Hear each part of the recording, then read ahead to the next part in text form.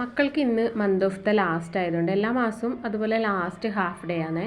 അപ്പോൾ രണ്ടുപേരും എത്തി കേട്ടോ. അപ്പോൾ ഞാൻ അതിന് മുമ്പേ തന്നെ ഞാനും മണിക്കുട്ടി നേരത്തെ വന്നു. അപ്പോൾ അവളെയും കൂട്ടിയിട്ട് കുറച്ച് പച്ചക്കറിയൊക്കെ വാങ്ങിയിട്ട് വന്നിട്ടുണ്ടായിരുന്നു. അപ്പോൾ അതിൻ്റെ ഇതാണ് കേട്ടോ. ഇനിയിപ്പോൾ ഇത് തീരുന്നവരെ കുറച്ച് കളിയായിരിക്കേ. അപ്പോൾ കുറച്ച് ഫ്രൂട്ട്സും വാങ്ങി. അപ്പോൾ എനിക്ക് സാധാരണ ഡ്രാഗൺ ഫ്രൂട്ട് ഇഷ്ടമല്ല കേട്ടോ. ഞാൻ കഴിക്കാറില്ല മീൻസ് അത് അധികം മധുരമൊന്നുമില്ലല്ലോ, പിന്നെ പ്രത്യേകിച്ച് ടേസ്റ്റ് ഇല്ല. പക്ഷേ മക്കൾക്ക് വാങ്ങിക്കൊടുക്കാറുണ്ട്.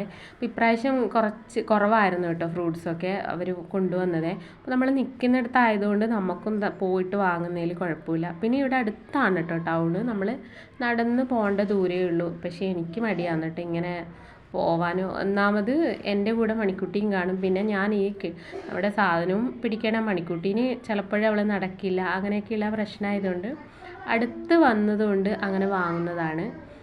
അപ്പോൾ കുറച്ച് ഡ്രാഗൺ ഫ്രൂട്ടും പിന്നെ പേരൊക്കെയാണ് കേട്ടോ. ഇപ്പോഴും ഏകദേശം സീസൺ ഫ്രൂട്ടൊക്കെയാണ് അവർ കൊണ്ടുവരുന്നത്. പിന്നെ നമ്മുടെ പപ്പായ, കപ്പയ്ക്ക അങ്ങനെയൊക്കെ. അപ്പോൾ കുറച്ചധികം വാങ്ങി. എന്തായാലും സ്കൂളിലൊക്കെ മണിക്കുട്ടിക്ക് നിർബന്ധമാണ് കേട്ടോ.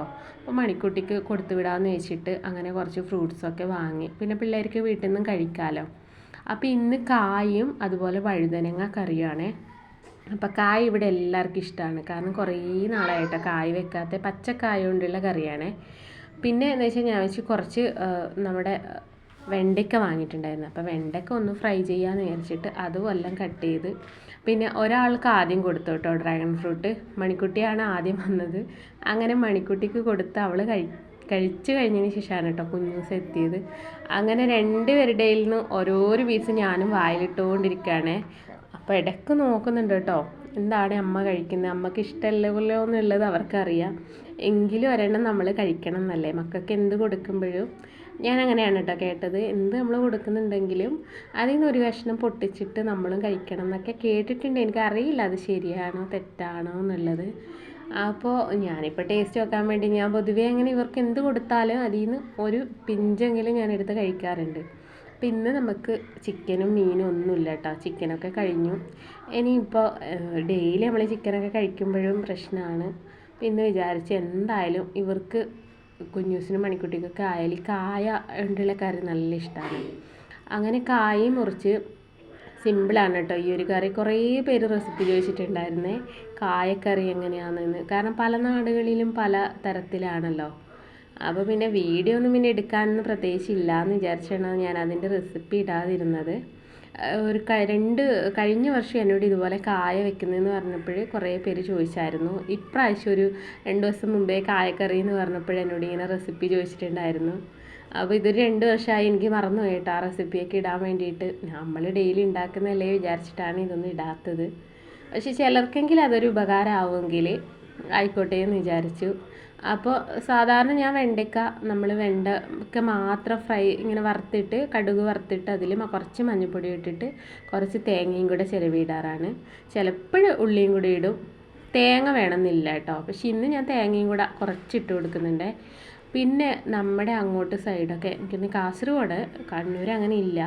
കൂടുതലെല്ലാം നമ്മൾ എന്ത് തോരൻ വെക്കുന്നുണ്ടെങ്കിലും അതിൽ ഒരു 3-4 അല്ലി വെളുത്തുള്ളി നല്ലതാണ് കേട്ടോ. ഈ ഗ്യാസിനൊക്കെ വെളുത്തുള്ളി എന്തായാലും ഇട്ട് കൊടുക്കുക. അപ്പം ഞാനതും പെട്ടെന്നാക്കി. പിന്നെ കായിൽ ഇന്ന് ഞാൻ വിചാരിച്ചൊരു വഴുതനങ്ങ വെറുതെ കിടപ്പുണ്ട്, എന്നെയും കൂടെ ഒന്ന് കറി വെച്ച് തരുമോ എന്ന് ചോദിച്ചിട്ട് കിടപ്പുന്നുണ്ട്. ഞാൻ വിചാരിച്ചെന്നാൽ പിന്നെ അതിനെയും കൂടെ വെറുതെ കളയണ്ടല്ലോ എന്ന് പറഞ്ഞിട്ട് അതിൽ കട്ട് ചെയ്തിട്ട് കേട്ടോ. പിന്നെ കുറച്ചൊരു കൊഴുപ്പ് പോവും. അതിലോട്ട് ഒരു പച്ചമുളകും കീറിയിട്ടു. പിന്നെ 3-4 അല്ലി വെളുത്തുള്ളി ഇട്ടു. കുറച്ച് മഞ്ഞൾപ്പൊടി, കുറച്ച് പാകത്തിന് ഉപ്പ്, പിന്നെ കുറച്ച് എന്ന് പറഞ്ഞാൽ വളരെ കുറച്ച് നമ്മളൊരു കളറിന് വേണ്ടിയിട്ട് പറങ്കിപ്പൊടി, കാശ്മീരി ചില്ലിയാണേ ഞാൻ കൂടുതലായിട്ട് ഉപയോഗിക്കുന്നത്. അങ്ങനെ നമ്മുടെ കറിയൊക്കെ വെന്ത് കിട്ടി. ഞാനൊന്ന് ഉടച്ചു കൊടുക്കുകയാണ് ചെയ്യുന്നത്. നന്നായിട്ട് ഉടച്ചു കൊടുക്കണം. അപ്പോൾ ഉടച്ചു കൊടുക്കുമ്പോൾ തന്നെ നമുക്ക് തേങ്ങയും അരച്ച് കൂട്ടേണ്ട ഒരു കാര്യമില്ല. നല്ല ടേസ്റ്റാണ് കേട്ടോ ഇങ്ങനെ തന്നെ നമുക്ക് കറി കൂട്ടാനേ. അപ്പോൾ ഞാൻ അതിലോട്ട് തേങ്ങയും ജീരകവും അരച്ചിട്ട് കുറച്ചും കൂടി വെള്ളം ചേർത്തിട്ട് വീണ്ടും അതിലൊഴിച്ചിട്ട് പിന്നെ നമ്മൾ കടുകും അതുപോലെ ഉണക്കമുളകും പൊട്ടിച്ചാൽ നമ്മുടെ ചോറിനുള്ള കറി റെഡി. ഈ കറി എന്ന് വെച്ചാൽ നമുക്ക് ദോശക്കായാലും കൂട്ടാം കേട്ടോ. നല്ല തിക്കായിട്ട് കിട്ടിയ ഈ കറി നമ്മളെല്ലാം വെച്ച ഉടനെ നമ്മൾ എടുക്കുന്നതുകൊണ്ടാണ് കേട്ടോ കുറച്ച് ലൂസായിട്ട് കാണുന്നത്.